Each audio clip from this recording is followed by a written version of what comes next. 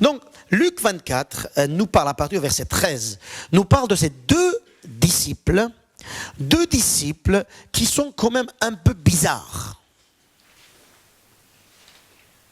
Et malheureusement, nous voyons dans les églises des disciples bizarres.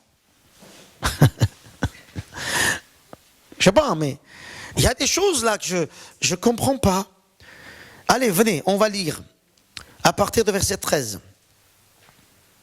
Voici ce même jour, deux disciples allaient à un village nommé Emmaüs, éloigné de Jérusalem de 60 stades. Et ils s'entretenaient de tout ce qui s'est passé. Pendant qu'ils parlaient et discutaient, Jésus s'approcha et fit route avec eux. Mais leurs yeux étaient empêchés de le reconnaître. Il leur dit, « De quoi vous entretenez-vous en marchant ?» Et ils s'arrêtent. Regardez bien ça. Je vois la scène. Hein. Et ils s'arrêtent, l'air attristé. L'un d'eux, nommé Cléopas, lui répondit, « Es-tu le seul qui, séjournant à Jérusalem, ne sache pas ce qu'il est arrivé ces jours-ci ?» En fait, s'il y avait une seule personne qui savait ce qui s'était arrivé, c'était bien Jésus. Hein. Et on lui dit, es-tu le seul et pas savoir ce qui se passe? Quoi? Dit Jésus. C'est beau la question encore. Il dit, de quoi parlez-vous? Après il dit, quoi? Qu'est-ce qui se passe? Et il leur répondit, ce qui est arrivé au sujet de Jésus de Nazareth, qui était un prophète. Qui était un prophète. C'est fort, hein? Qui était un prophète puissant. Prophète puissant. De qui parles-tu?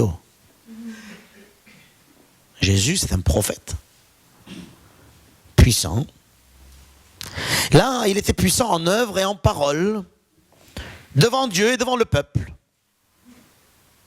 Un homme gentil, envoyé de Dieu. Ouais, il fait des miracles, c'est bien.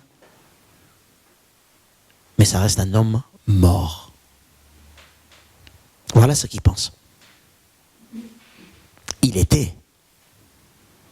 Il n'est plus. Il était. Et la Bible appelle ces gens disciples. Des bien croyants. Ceux qui ont suivi Jésus. Ceux qui ont marché avec Jésus. Et là, des paroles bizarres sortant de leur bouche. Verset 20, je continue. Et comme les principaux sacrificateurs et nos magistrats l'ont livré pour le faire condamner à mort et l'ont crucifié. Verset 21. Nous espérions que ce serait lui qui délivrerait Israël. Nous espérions. Nous espérons plus maintenant. Ah ben il est mort. Hein. Voyez ça? Tu vas peut-être me dire, ouais, mais ça c'est eux. Nous, on ne dirait jamais ça. Et parle pas vite. C'est lui qui délivrait Israël, mais avec tout ça, voici le 3e jour que ces choses se sont passées. Il est vrai que quelques femmes, ces femmes encore, qui parlent de quoi et n'importe quoi, ces femmes qui parlent de tout et de rien, ces femmes d'entre nous, nous ont fort étonnés.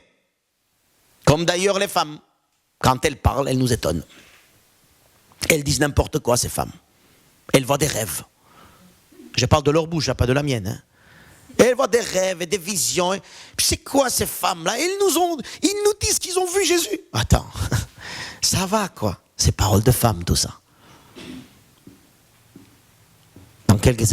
Dans certaines églises, dans certains milieux, les femmes, c'est des personnes secondaires.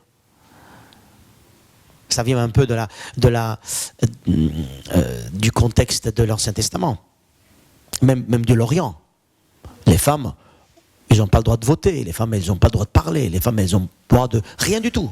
Ces femmes, elles parlent, elles disent n'importe quoi. Il ne vaut mieux pas qu'elles parlent. C'est un peu ça, hein, ces femmes nous ont étonnés. Elles disent n'importe quoi. S'étant rendues ce grand matin au sépulcre et n'ayant pas trouvé son corps, elles sont venues dire que les anges leur sont apparus et ont annoncé qu'il est vivant. Mais là, ici, ils sont en train de rigoler. Ce texte ici, ce n'est pas un texte d'affirmation, c'est un texte de se moquer. Ces femmes-là, ces femmes qui parlent encore, ils disent que Jésus est ressuscité, mais pas ressuscité, qu'il n'est pas au sépulcre. N'importe quoi, elles nous étonnent. Et que les anges leur parlent. Ouais, les anges, ouais. Ouais, c'est les anges. Voyez comment ça tourne le texte? Les anges leur parlé. Ils ont eu une vision, n'importe quoi. Ah, il faut réfléchir un peu là. Il ne faut pas marcher avec des visions. Hein. Voilà un peu ce qui se passe. Quelques-uns de ceux qui étaient avec nous ont allé au sépulcre et ils ont trouvé les choses comme les femmes l'avaient dit. Là, il commence, hein. Mais lui, ils ne l'ont pas trouvé. Ils ne l'ont pas vu. Verset 25. Alors Jésus dit: ô homme sans intelligence et dont le cœur est lent à croire tout ce qu'ont dit les prophètes, ne fallait-il pas que le Christ souffre ces choses et qu'il entre dans sa gloire? Et commençant par Moïse et par tous les prophètes, regardez bien, c'est fort ce Jésus.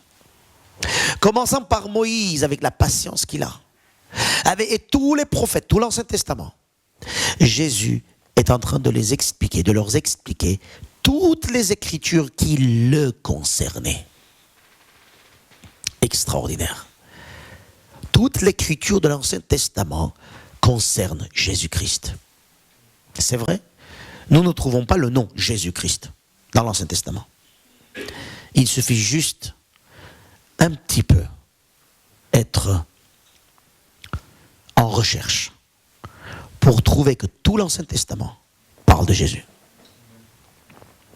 Et Jésus lui-même explique, enseigne, prend le temps avec ses disciples pour dire que tu sais quoi, Moïse parlait de moi, Jérémie parlait de moi, Ésaïe parlait de moi, Ézéchiel parlait de moi. Il ne disait pas de moi, il disait du Christ. Cette période, tu te rappelles là cette histoire dans Ésaïe? Oui, on s'en rappelle. Eh bien ça parle du Christ. Ah, d'accord. Et là, quand buisson ardent, le Seigneur dit je suis. Ah oui, on se rappelle. Eh bien ça parle du Christ. Tout parle de Christ dans l'Ancien Testament. Mais aussi tu peux tout enlever, comme certains sectes. On enlève le Christ de partout. Dans notre monde occidental, on enlève le Christ. Même maintenant, dans nos villes et dans nos villages, on doit enlever les crucifiés, les croix. On n'en veut plus. Ça va, quoi. On est quand même un peu plus maintenant des gens développés.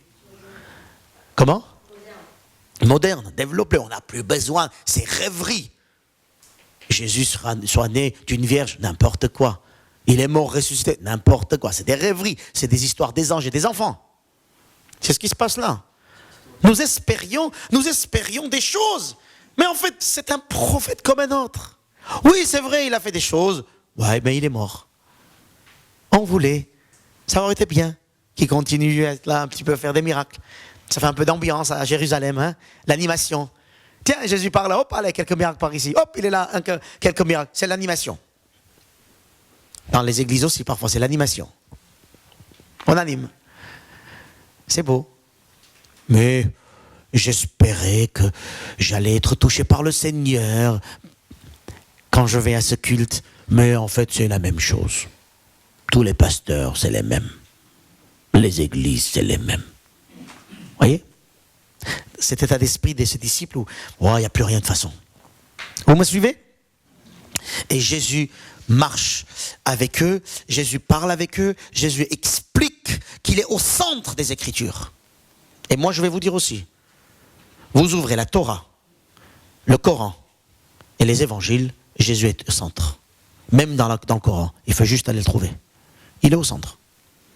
Tout parle de lui, mais on ne sait pas. Allez chercher. Ne vous faites pas avoir. Allez chercher. Jésus est au centre des Écritures. Je prends avec des guillemets. Quel livre est l'Écriture et quel livre n'est pas? Quel livre est venu de Dieu et quel livre n'est pas venu de Dieu? Ça, je prends avec des guillemets. C'est une autre histoire encore. Verset 28. Lorsqu'ils furent près du village où ils allaient, lui, Jésus, il parut vouloir aller plus loin.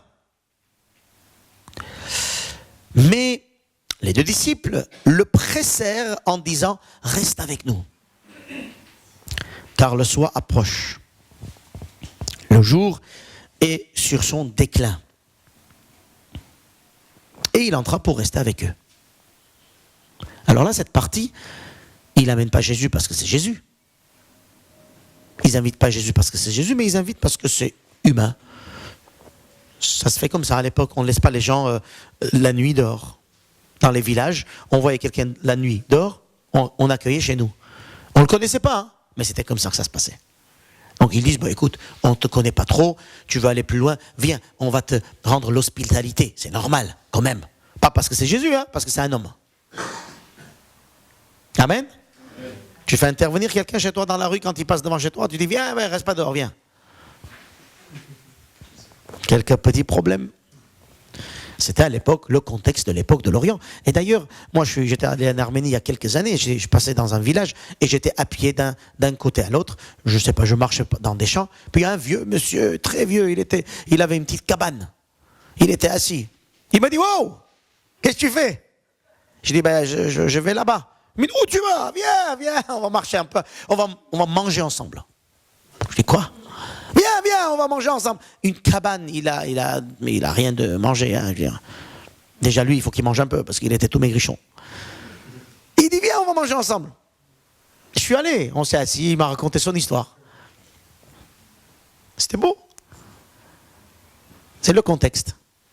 Et là, ce qui se passe, viens, on va te rendre hospitalité, viens avec nous, ne va pas plus loin. Et là, Jésus va entrer. Verset 30. Pendant qu'ils étaient à table, que Jésus était avec eux à table. Merci Seigneur pour la table. Alors quand on dit table, ce n'est pas une table. Hein. À l'époque, il n'y avait pas de table. À table, ça veut dire ils étaient tous autour d'un repas normal. À l'époque, on n'amène une personne chez nous avec du thé et des gâteaux. On leur donne le repas. Alléluia. Et regardez-nous, à peine tu donnes un thé à quelqu'un. Ou du café. C'est le repas, hein, carrément. Hein. Amen. Non, je ne vous culpabilise pas. C'est le contexte de l'époque qui était comme ça. Malheureusement, notre contexte a changé. C'est pas ta faute. Mais ça a changé. Tu appelles ton voisin, tu dis viens à un repas, il va dire mais pourquoi? Pourquoi faire un repas?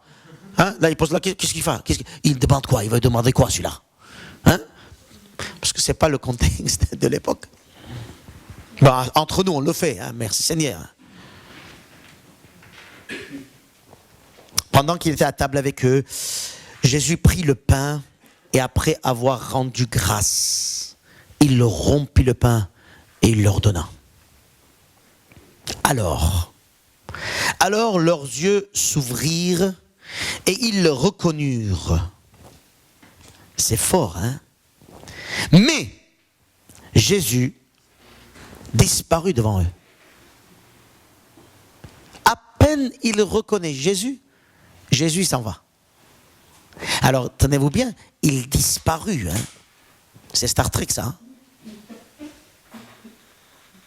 Vous connaissez Star Trek? Téléportation, on va dans une boîte et puis d'un coup, il n'est plus là. Le corps est désintégré et il va ailleurs. C'est ce qui se passe, hein, Jésus désintègre.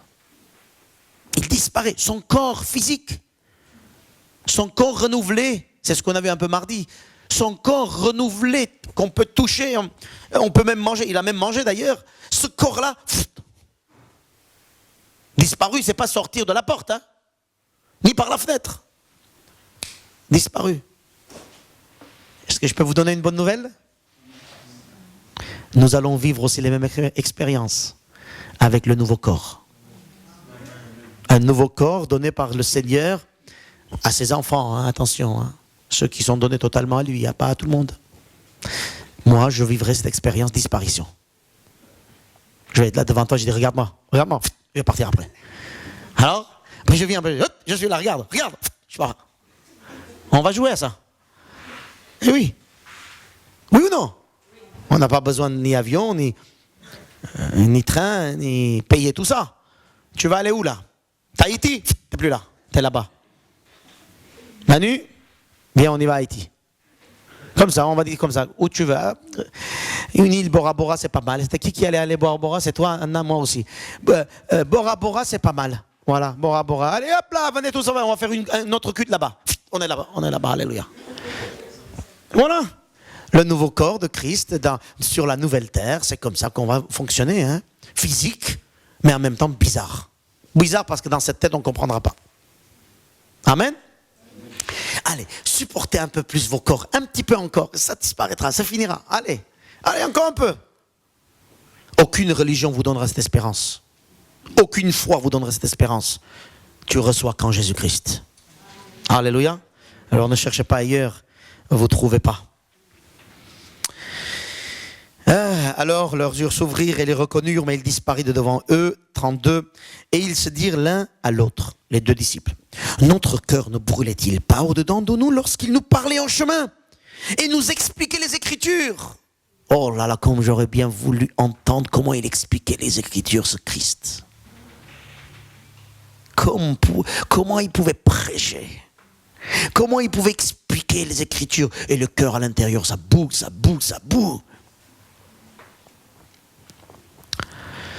Se levant à l'heure même, donc ça veut dire tout de suite le soir, hein, on est bien le soir. Normalement le soir, personne voyage. Non, à l'époque, personne. Le soir, hop, on s'installe. Le soir, à l'heure même, ils s'en fichent maintenant, la nuit, les brigands, ils s'en fichent la fatigue, parce qu'ils sont venus de Jérusalem jusqu'à Emmaüs. Donc là, ils repartent. Ils repartent à Jérusalem. Là, ils s'en fichent l'heure, ils s'en fichent la fatigue, ils s'en fichent ça se fait pas. Ils y vont. Ils vont où, mes frères et sœurs? Alors même, ils retournèrent où ça? Et qu'est-ce qu'ils ont fait dès qu'ils ont retourné à Jérusalem? Ils ont trouvé les 11. Ça veut dire toute l'assemblée. Les 11 et tous ceux qui étaient avec eux. Toute l'église. Les frères et sœurs. Les disciples. Ils sont allés là-bas et ils ont dit, le Seigneur est réellement ressuscité. Il est apparu à Simon, après ils sont venus aussi, donc ils se racontèrent ce qui lui est arrivé, etc. en chemin, et comment il l'avait reconnu au moment où il rompait le pain. J'aime beaucoup cette histoire. Parce que ça nous raconte quand même pas mal de choses. Je ne vais pas être long puisqu'on a un peu commenté le texte. Mes frères et sœurs,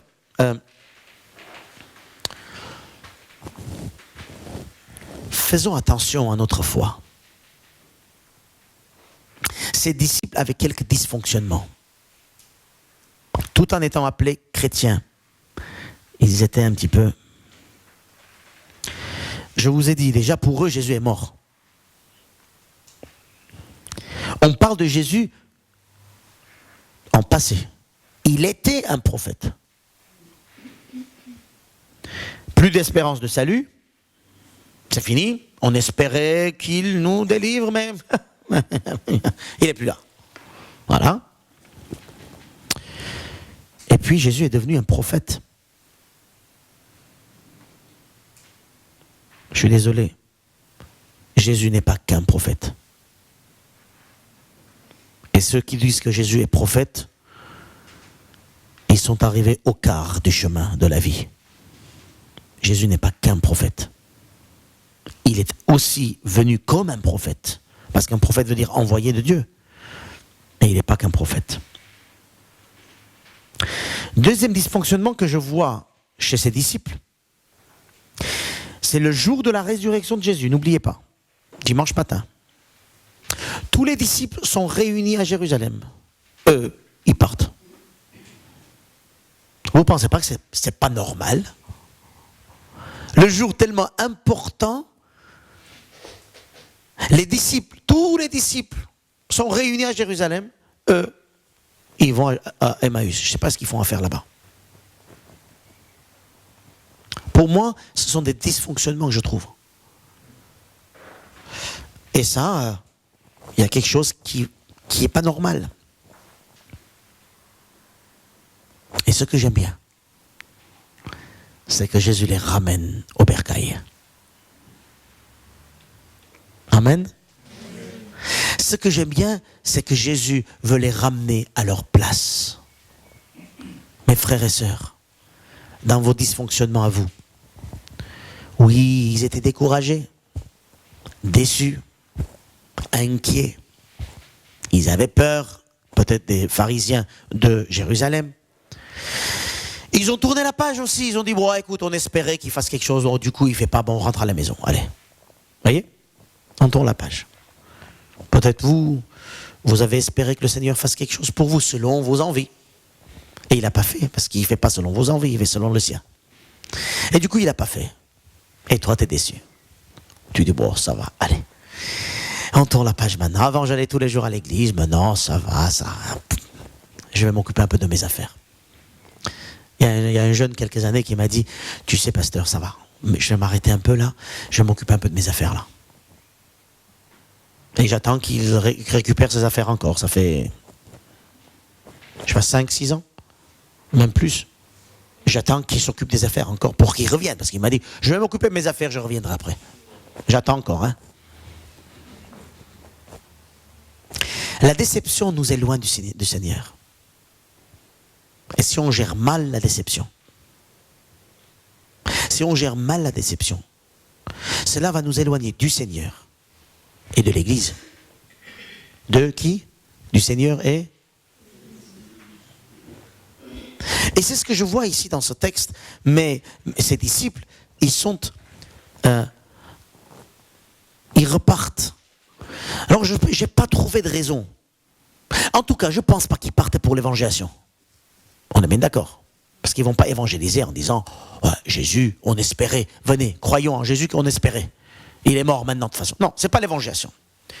Ils partaient, à mon sens, en tout cas, je pense, on peut dire plein de choses, mais je pense que la meilleure chose, c'est de dire, si je vois un peu le texte, c'est de dire, bah, écoute, j'ai plus d'espérance, ça marche pas, laisse tomber, allez, on repart à notre vie, on tourne la page, on fait une autre vie, de toute façon, on a espéré, ça n'a pas donné, donc on tourne la page. C'est ce qui se passe. Et ils ne vont pas reconnaître Jésus quand Jésus va venir les voir. Eux, ils connaissaient bien Jésus, hein, n'est-ce pas? Alors certains vont dire, ils n'ont pas reconnu Jésus parce que Dieu a fait en sorte qu'ils ne reconnaissent pas Jésus. Écoutez, moi je ne crois pas que Dieu va fermer exprès les yeux des uns et des autres pour qu'ils ne se convertissent pas.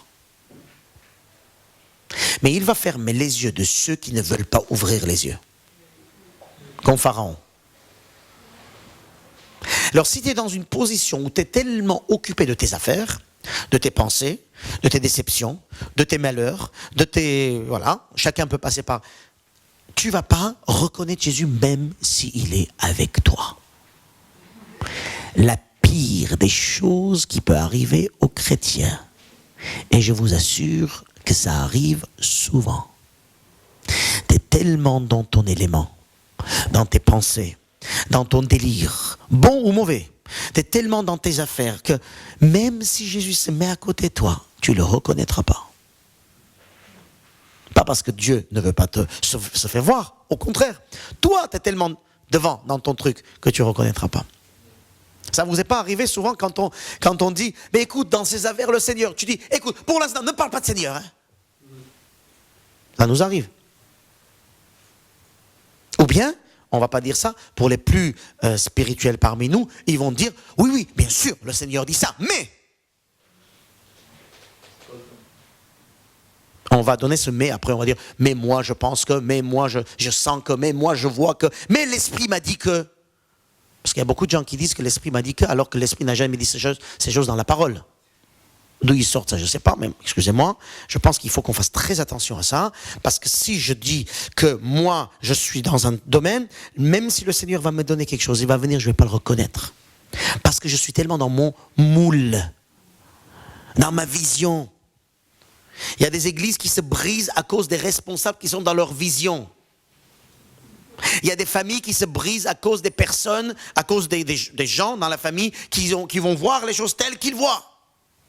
Il y a des couples qui se brisent à cause d'une ou deux personnes, d'une ou l'autre, qui pensent que la chose doit être comme ça. On est dans un moule et on pense que c'est comme ça. On va prier comme ça. On va même jeûner pour demander à Dieu de nous donner ce qu'on veut. Et puis je vous assure que parfois, à la fin de la prière de jeûne, on va recevoir ce qu'on veut, mais pas du Seigneur. C'est là-dedans que ça se passe. Et je sens que c'est le Seigneur qui me parle. Après, tu te donnes l'histoire et après, tu commences à prêcher là-dessus.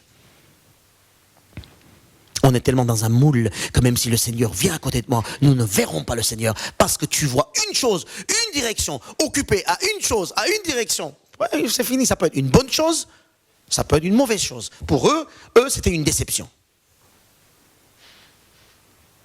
Ça ne marche pas. Jésus, il voulait nous délivrer d'Israël, en tout cas c'est ce qu'on pensait. Mais Jésus n'a jamais dit ça. Jésus n'a jamais dit je vais vous délivrer d'Israël, des Romains. Oui ou non? Est-ce qu'il a dit? Est-ce que Jésus une fois a dit je vais vous délivrer peuple d'Israël, je suis venu vous délivrer des Romains malheureux, pécheurs? Non, il n'a pas dit ça. Il voulait les délivrer du péché, pas des Romains. Mais eux c'est Romains. Et comme Jésus il est mort sur la croix, en plus, en disant, pardonne-leur Seigneur, quand ils ne savent pas ce qu'ils font, ils disaient, mais s'il est fou celui-là. Il pensait dernière minute, comme d'ailleurs, on le voit, dernière minute, descends de là, vas-y, délivre-toi, délivre-nous. Rien. Ben, ça n'a pas marché. Hein. On voulait qu'il nous délivre, mais il n'a pas marché. On tourne la page. Ça y est, je parle à quelques personnes dans cette salle. Oui?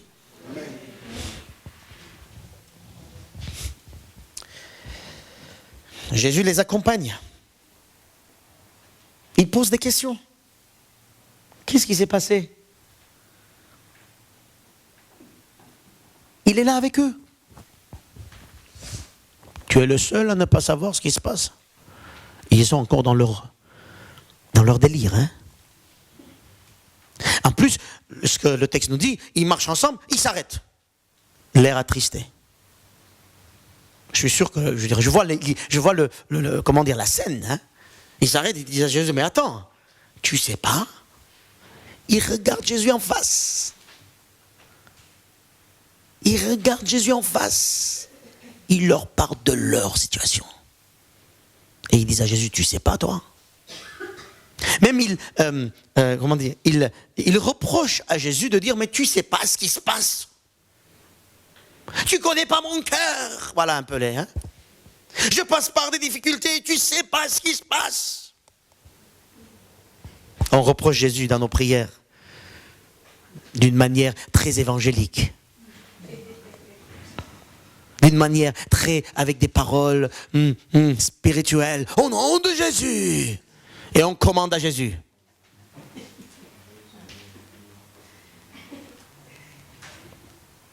Non, je dis des erreurs.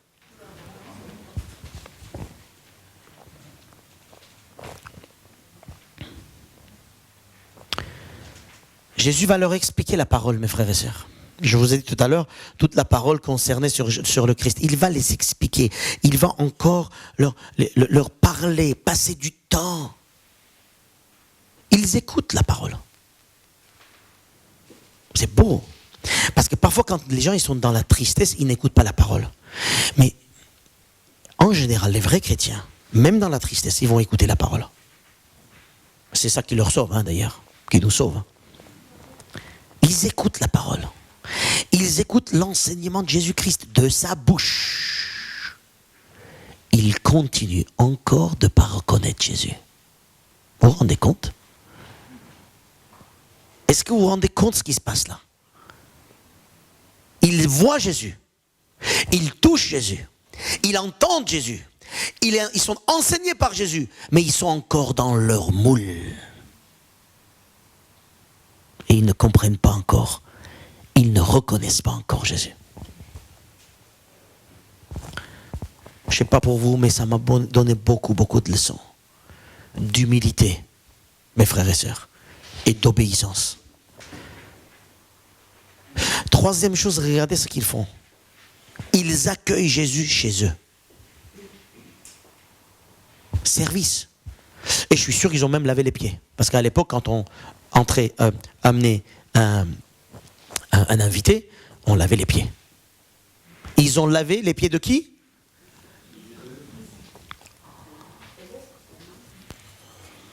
Et ils ne reconnaissent toujours pas. Je ne sais pas pour vous ce qui se passe au fond de vous, mais pour moi, il y a beaucoup de questionnements qui arrivent. Je ne sais pas si vous arrivez à comprendre, si le message passe. Ou peut-être vous aussi, vous êtes tellement dans votre moule à vous, que tout ce que je vous dis, peut-être vous n'allez même pas entendre. Jésus les accompagne. Jésus leur donne la parole, il enseigne. Eux, ils servent Jésus. Ils accueillent Jésus. Et ils ne reconnaissent toujours pas Jésus.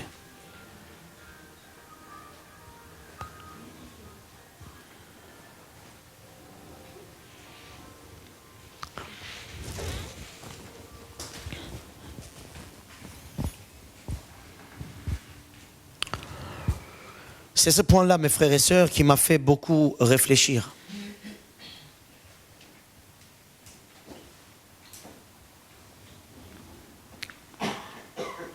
Quand ils arrivent autour de la table, autour du pain, c'est là qu'ils vont reconnaître.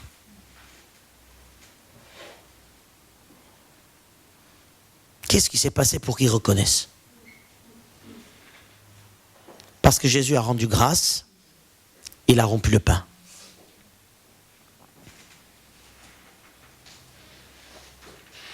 C'est le symbole, mes frères et sœurs, c'est le symbole de la communion, de l'intimité, de la proximité. C'est le symbole d'unité. Le pain et la table. D'ailleurs, c'est le symbole de la Sainte Seine que nous disons. La Sainte Seine, c'est le symbole de cette unité-là. Et qu'est-ce qui se passe? À ce moment-là, il reconnaît Jésus. C'est à ce moment-là qu'il voit le pain rompu. Mais Jésus disparaît. Parce que Jésus leur dit à partir de là, si vous voulez me croire, il faut maintenant me croire sans avoir vu les choses. Vous n'avez plus besoin de me voir pour croire. Désormais, notre relation est dans l'unité, l'intimité de la foi. Et non pas dans les sentiments. Nous espérions que tu fasses ça. Et non pas dans la vue. Oh ben il fait plus de miracles. Et non pas dans une puissance humaine. Parce que la puissance humaine, c'était à ce qu'il descend de la croix. Ça, c'était la puissance humaine qui est une puissance diabolique. Maintenant, c'est par l'humilité et par la foi que vous me suivez. C'est pour ça qu'il disparaît devant eux. D'ailleurs, je vais vous dire, c'est très facile. Si Jésus vient devant vous physiquement à chaque fois que vous avez besoin de lui, c'est très facile. On va s'attacher aux choses physiques. Alors que Jésus veut qu'on s'attache aux choses célestes. Désormais, la foi se fait sans voir. Désormais, la foi se vit par la parole seule. Désormais, la foi se vit sur Jésus. Pas le prophète, mais le Fils de Dieu. Amen. C'est fini maintenant. C'est fini maintenant votre façon de gérer les choses, ô disciples d'Emmaüs. Maintenant, nous allons démarrer une autre vision. Maintenant, nous allons démarrer une autre chose. Maintenant, nous allons avoir une autre foi. Et cette foi, ça va être la foi de l'unité de communion. C'est une illusion chrétienne que Jésus est en train de dénoncer ici. Et que nous avons aussi chez beaucoup des frères et sœurs du monde entier. Une illusion chrétienne. Nous pensons que si nous sommes au Seigneur par une conversion, une marche quotidienne, nous pensons qu'on est sauvés. Regardez ici. Être chrétien, mes frères et sœurs, même si nous disons que Jésus nous accompagne. Voyez ce verset qu'on aime beaucoup. Jésus est avec nous tous les jours de notre vie. Alléluia.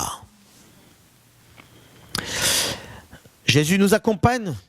Il vient vers nous, il nous sauve, il nous fortifie, il nous encourage comme ici. Les disciples étaient là, ils marchaient. C'est Jésus qui est venu, ce n'est pas eux qui sont partis.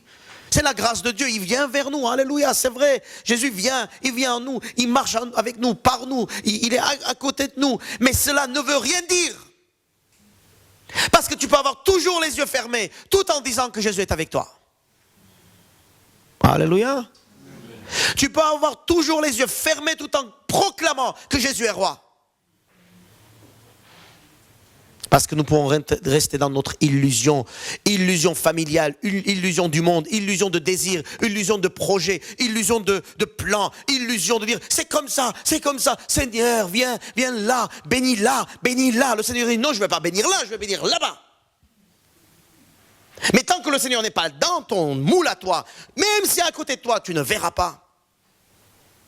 Je dis ça parce que beaucoup de chrétiens souffrent de ça, ils n'en disent pas bien sûr, ils n'en parlent pas, parce que c'est mal de dire tout ça dans l'église. Dans l'église, il faut dire Alléluia, il faut dire Amen, il faut dire Seigneur, Jésus, etc. Mais cherchez un peu au fond de vous, et cherchons un peu au fond de nous. Je parle de moi d'abord, peut-être vous êtes des saints, mais moi non, j'ai compris que Jésus il est à côté de moi parfois, et moi je vois mes affaires à moi. Vous êtes peut-être super chrétien, mais pas non, moi non, voilà. Amen. Je peux dire ça ou pas? Ne pensez pas que je juge qui que ce soit. Ne pensez pas que je condamne qui que ce soit. Non, je parle de moi d'abord. Jésus il peut être à côté de moi. Et moi, je ne le verrai pas. Je ne le comprendrai pas. Tout simplement parce que moi, je suis dans une illusion de mes projets. Illusion de mes envies. Illusion de mes désirs. Illusion de ma doctrine à moi-même. Oui, Jésus est avec nous, avec ses disciples jusqu'à la fin. Oui, il est avec nous, mais il est avec nous pourquoi? Vous me suivez? C'est pas un bon sujet? Nous venons à l'église, nous entendons la parole de Dieu. Comme les disciples d'Emmaüs, ils ont entendu la parole de Dieu sortie de la bouche de Jésus. Ils ne l'ont pas reconnu. Et il y a des chrétiens qui disent, ouais écoute, si c'est pas ce pasteur qui prêche, si c'est l'autre, je ne comprends plus rien, ça va, laisse tomber. Je vais te dire à ce moment-là, même si Jésus vient prêcher lui-même, tu ne comprendras pas non plus. On est bien d'accord? Celui qui cherche le Seigneur le verra par la bouche même d'un âne. D'un enfant. Jésus parle, explique la parole. Non, il ne comprend rien. Pourquoi? Ils ont dans leur vision à eux. Hein? Aujourd'hui, il y a des frères et des sœurs qui vont d'une église à l'autre, cherchant les sujets, les conférences. S'ils cherchent la prospérité, on va aller dans une conférence de prospérité. S'ils cherchent la guérison, on va aller dans une autre conférence de guérison. S'ils cherchent, je ne sais pas moi, un sujet sur les enfants, ben ils vont chercher le sujet des enfants. Voilà. Et c'est là que tu dois me donner, Seigneur, ce que moi je veux. Prêche-moi ce que j'ai envie d'entendre. D'ailleurs, c'est ce qu'ils ont dit aux prophètes. Ils vont vous dire, dis-nous ce qu'on veut entendre. Et le Seigneur dit à son prophète, il dit, c'est comme ça, c'est l'être humain. On veut écouter, entendre ce qu'on nous dit. On veut que les gens nous disent ce qu'on veut entendre, plutôt. Amen. Amen. Même si Jésus, à ce moment-là, il viendra et prendre le micro devant toi, il te parle, tu n'écouteras pas. Parce que les disciples n'ont pas écouté. Ils étaient dans leur moule, dans leur déception, dans leur délire, si vous voulez. Bon ou mauvais. Je ne parle pas que de péché. Un anniversaire, parfois, peut te faire oublier le Christ à côté. Un sujet très joyeux dans ta vie peut te faire oublier le Christ à côté. Et les malheurs aussi, bien sûr. Les souffrances, les difficultés aussi. Ils entendent, ils connaissent la parole, mais ils ne connaissent pas le Christ. Mes frères et sœurs, il y a des chrétiens comme ça. Tu connais la parole, tu entends la parole, tu prêches la parole, mais tu peux ne pas voir Jésus là. Là, c'est lui qui veut t'amener au-delà, un peu plus loin, dans les profondeurs. Troisième chose, Ils servent le Seigneur. Quatrième, ils servent le Seigneur. Merci. Ils servent le Seigneur, mes frères et sœurs, sans le connaître. Jésus est là, il sert le Seigneur, il lave les pieds, il leur donne à manger, il lui donne à manger, ils ouvrent la parole, la porte, la table, tout. Ils servent le Seigneur. Mais ils ne connaissent toujours pas Jésus. Combien de parmi nous servent le Seigneur? Est-ce que c'est une assurance de connaître le Christ? Eh bien non. J'ai compris, en étant pasteur, 15-16 ans de ministère, que ce n'est pas parce que je déclare que Jésus est avec moi. Ce n'est pas parce que j'écoute et j'enseigne la parole. Et ce n'est pas que je sers le Seigneur avec tous mes tripes que je connais le Christ. Ce ne sont pas des assurances. Ça, c'est des choses visibles après coup. Mais pas une assurance du salut. Quand je dis salut, vous avez compris, une assurance d'être un avec le Christ. Cela ne nous garantit pas, mes frères et sœurs. Alors ceux qui viennent ici à l'église, ne pensent pas que c'est parce que tu viens à l'église que tu connais le Christ. Ne pense pas que ceux qui servent parmi nous, que vous servez le Seigneur, et des choses que vous évangélisez, vous ouvrez la bouche, que vous connaissez le Christ. C'est pas parce que vous connaissez la parole de Dieu que vous connaissez le Christ. Pour connaître le Christ, mes frères et sœurs, il y a un seul endroit.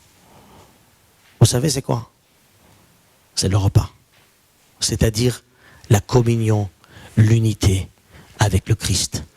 Attention, le Christ commande et moi, j'écoute. Et jamais je dis à Christ ce que moi je veux. Vous avez entendu? Jamais je dis à Christ ce que moi je veux. La communion, mes frères et sœurs, l'unité avec le Christ, dans la prière, dans la louange. Combien de temps vous mettez dans vos prières? Peut-être vous allez me dire, ouais, je mets 2 heures dans la journée. C'est bien, mais qu'est-ce que tu dis là? Je peux entendre? Je peux entendre ce qui est ta prière. Est-ce que c'est une communion? Une communion prédisposée à suivre le Christ n'importe où.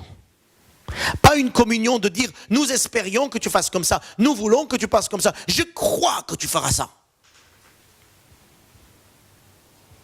Moi j'ai peur de dire au Seigneur, je crois que tu feras ce que moi je pense que c'est juste. J'ai peur de dire ça. Moi j'ai besoin de dire au Seigneur, Seigneur, d'abord que je sois un avec toi.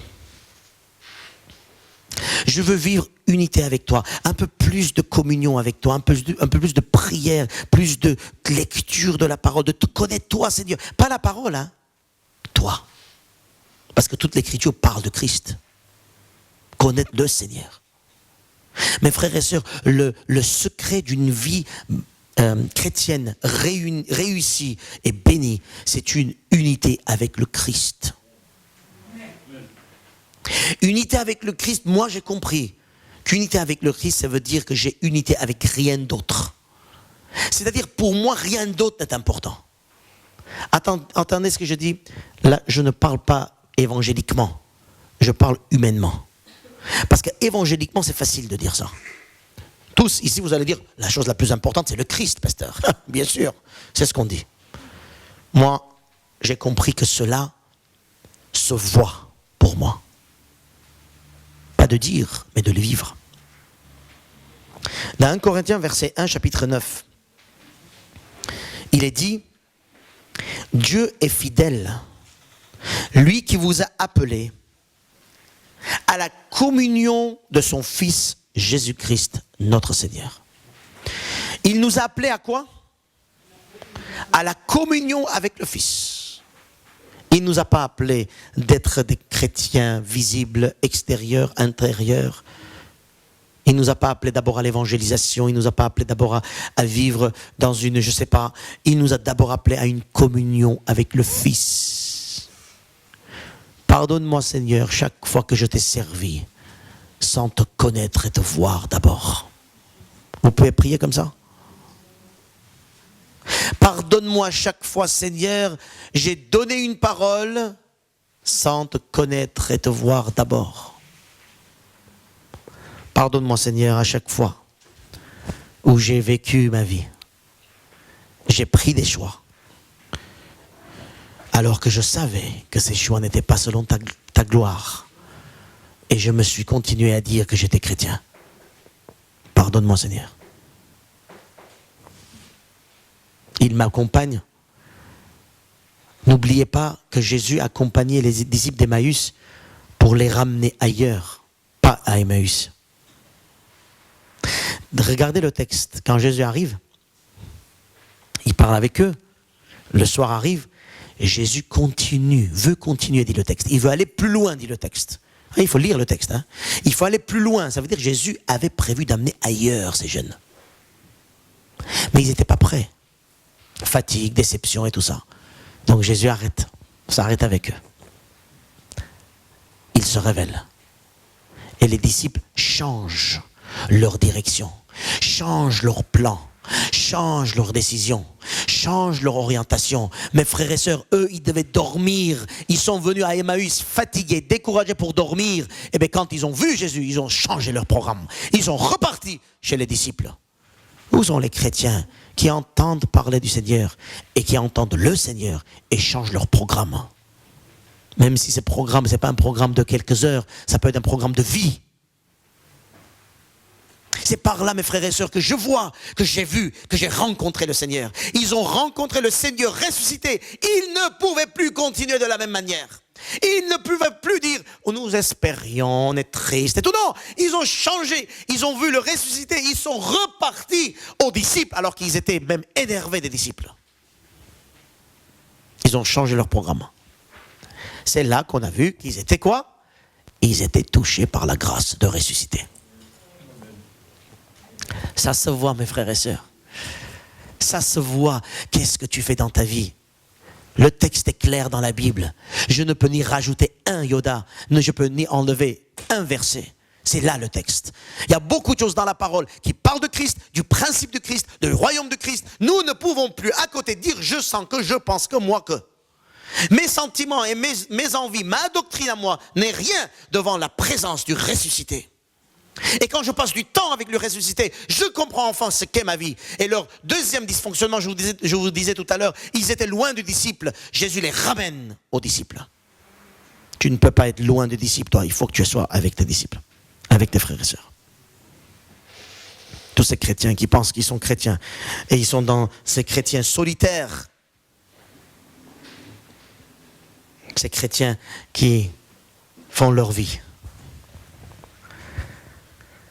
Tout se passe, mes frères et sœurs, en relation avec le Christ ressuscité. Alors concrètement, je vais vous poser 2-3 questions. Première question, très rude. C'est les questions que je me suis posées. Hein. Est-ce que tu es prêt à tout lâcher? Tout lâcher pour Jésus-Christ? Je vais m'expliquer. Est-ce que tu es prêt à prendre ton agenda, ton iPhone avec calendrier, et de mettre 0?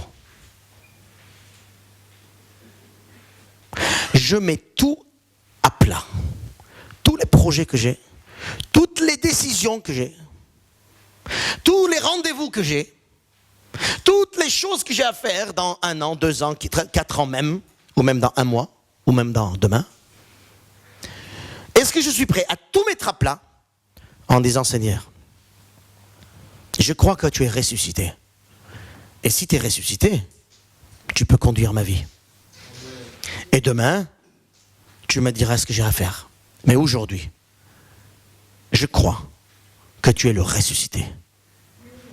Et je n'ai plus besoin, et je n'ai plus de droit de me faire un planning parfois même déguisé, planning chrétien déguisé, pour arriver à mes fins. Amen. Pour cela, mes frères et sœurs, ça c'est la première question que je vous pose. Je sais que c'est très difficile.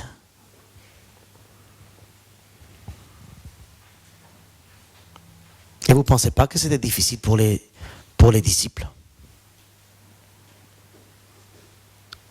Les disciples avaient peut-être des familles. Ils ont dit à leur famille, vous allez voir, nous suivons le maître. Vous allez voir, ce maître va changer le monde. Et on sera à ses côtés des ministres. Vous voyez les imaginations, hein? Donc on va vous laisser un peu, on va aller suivre ce maître. Et après, ne vous inquiétez pas, on vous ramène avec nous. On sera tous ensemble dans le royaume de Dieu. Vous voyez des films. On peut se faire des films pour l'avenir.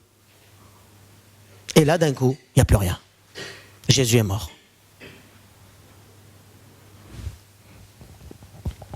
Moi, je pense que pour eux, c'était très difficile au niveau déception. De dire au monde entier leur déception. Mais voici. Jésus se révèle à eux. Le ressuscité. Ils changent le programme. Ils repartent. Ils repartent. Ils repartent dans la direction de la mission de Jésus-Christ.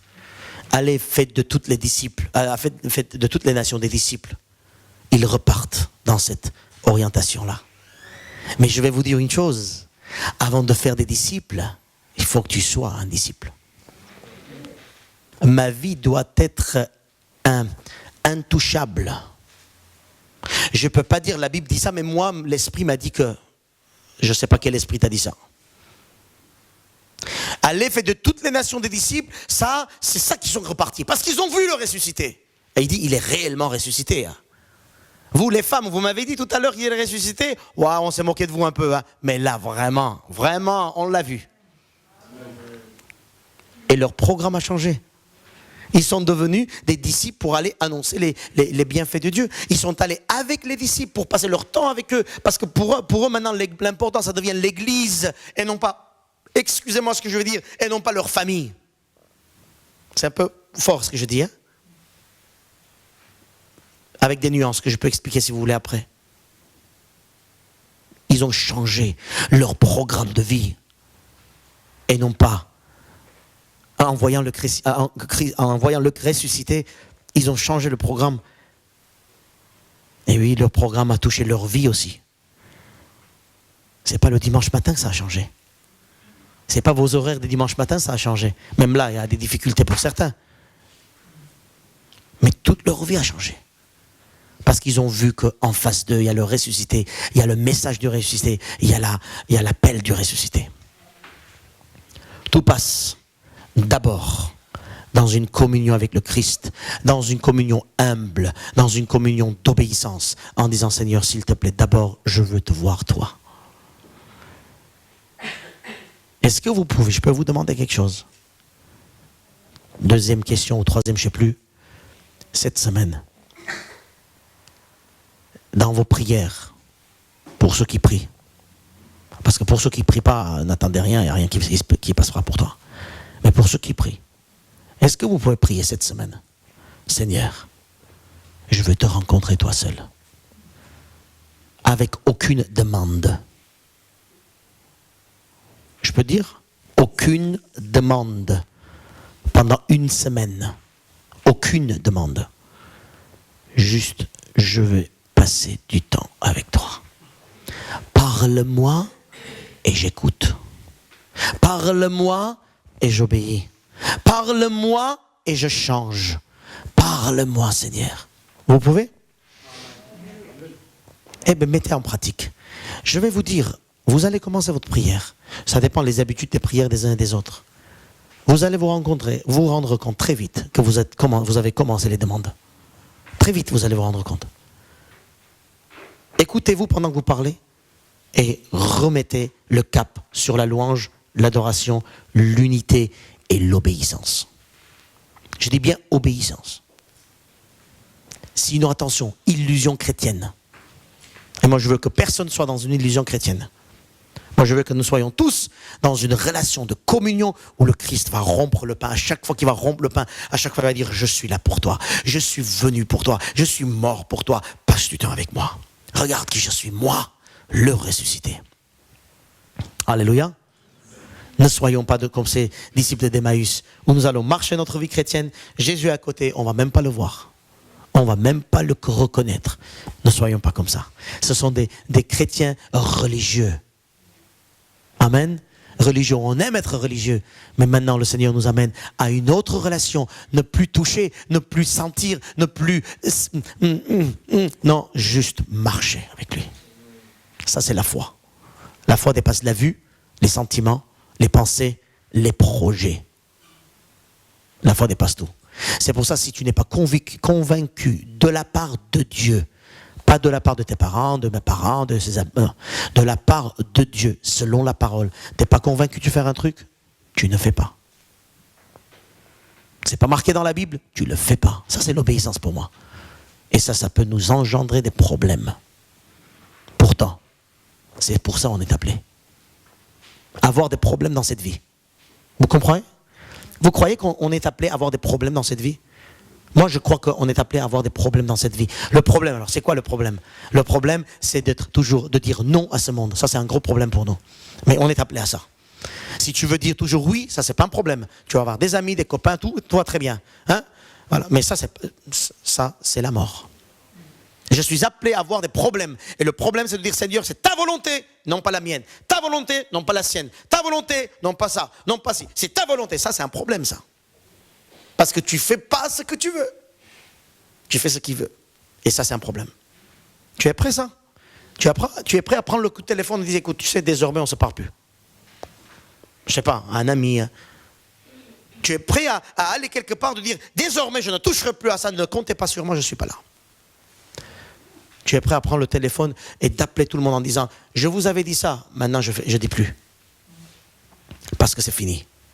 J'ai rencontré le ressuscité, il est réellement ressuscité. Et c'est lui qui conduit ma vie, ce n'est plus moi qui vis, c'est Christ qui vit en moi. Vous comprenez mes frères et sœurs, une vraie communion avec le Christ, c'est un vrai changement quotidien. Alléluia. Amen. Je ne dis pas que tout ce que vous faites est mal, attention. Mais posez-vous la question, tout ce que vous faites à 100%. Si ça ne correspond pas à cela à 100%, si ça ne correspond pas à la parole de Dieu à 100%, je te dis, tu auras quelques petits soucis avec le Seigneur. Alléluia, c'est pour ça que l'église est importante. C'est pour ça que les frères et sœurs sont importants. C'est pour ça que aussi le pasteur qui n'est pas très aimé est important aussi. Parce que le pasteur ne donne pas ce que ton cœur désire. On est bien d'accord? Moi, j'aime les pasteurs qui me donnent des coups de claque. J'aime des pasteurs qui, quand ils prêchent, je pleure. J'aime des pasteurs, quand ils prêchent, je vois ma saleté. J'aime les pasteurs, quand ils prêchent, je vois que, oula, je dois tout de suite repentir. J'aime ça. Ça, c'est moi. Je ne sais pas pour vous. Mais je pense que la repentance, c'est ça aussi. De te mettre en question, d'examiner toutes choses et retenir ce qui est bon. Amen. Et d'être prêt à tout changer. Abraham, il a tout quitté. Hein. C'est facile de dire il a tout quitté. Je me pose la question. Tout quitter, alors qu'il y a quelques mois, on était en train de réfléchir, peut-être, éventuellement, on pouvait tout quitter, partir. Comme c'était difficile de tout quitter, de partir. Abraham, il l'a fait avec foi, parce qu'il a su que ça venait du Seigneur. Et il l'a fait. Et c'est ça, être en communion avec le Seigneur. La Bible nous dit qu'Abraham et Dieu face à face comme un ami, il parlait. C'est pour ça, pour lui, il est même allé tuer, en tout cas, essayer de tuer son fils. Il n'y a plus de limite. Quand tu es en face de Dieu, il n'y a plus de limite à réflexion. Il n'y a plus de limite de projet. Tu peux changer tout, tu peux casser tout, tu peux refaire tout, etc. Je peux vous donner un autre exemple. Esdras. Il est venu, il est rentré au peuple de Dieu, après l'exil. Il est rentré, il a vu quoi? Il a vu que regardez bien, excusez-moi, mais il faut que je le dise. Il a vu que le peuple, les hommes d'Israël ont épousé des personnes non israélites, cananéennes, de là-bas. Ils ont épousé, ils ont des enfants, ils ont la famille, ils ont tout. Il est arrivé, il a dit, c'est pas la parole de Dieu ça. C'est pas la parole de Dieu. Attends, Esdras, calme-toi, il y a une famille, tu ne brises pas une famille quand même. Ah ben c'est pas la parole de Dieu. C'est pas la parole de Dieu. Donc, qu'est-ce que vous faites? Ben, ils ont touché la grâce, ils ont été touchés par la grâce de Dieu à ce moment-là. Ils ont compris qu'ils sont devant le Dieu puissant, extraordinaire. Vous savez qu'est-ce qu'ils ont fait? Ils ont dit à leurs femmes et à leurs enfants, repartez. Moi, j'aimerais pas ça. Hein. Je sais pas comment, mais je sais pas si le Seigneur vient me dire avec ta femme c'est fini, c'est pas bon. Avec ta femme, c'est pas bien. Je dis mais Seigneur, ma femme, ma fille, on a notre famille. Ah ben écoute, c'est la parole de Dieu. Eh bien, tu as mal commencé, tu finiras mal aussi. Hein. Qu'est-ce que tu fais? Qu'est-ce que je fais? À moi, je me pose la question, qu'est-ce que je fais à ce moment-là, Seigneur? Comment je vais prendre une décision? La parole de Dieu, c'est une boussole. On sait quelle direction aller. Allons petit à petit dans cette direction-là. Laissons le ressuscité nous conduire. Ah, c'est pour ça que je dis la parole de Dieu à 100% pour moi. Et j'aurai des problèmes. J'aurai des amis qui ne seront plus mes amis. J'aurai peut-être une église vide aussi. Mais oui, dernier temps, la Bible nous dit que les gens ne vont plus accepter la parole. Et oui, ça c'est les problèmes. Mais Jésus a dit, vous aurez des problèmes. Alléluia. Alors je dis, je me prépare aux problèmes. Parce que le jour de persécution quand viendra, on ne parlera plus de ça, c'est fini. La persécution sera tellement forte qu'on fera des choix clairs. Et donc il vaut mieux se préparer. Il vaut mieux là, tout de suite, prendre des décisions claires. Seigneur, aide-nous à te voir face à face.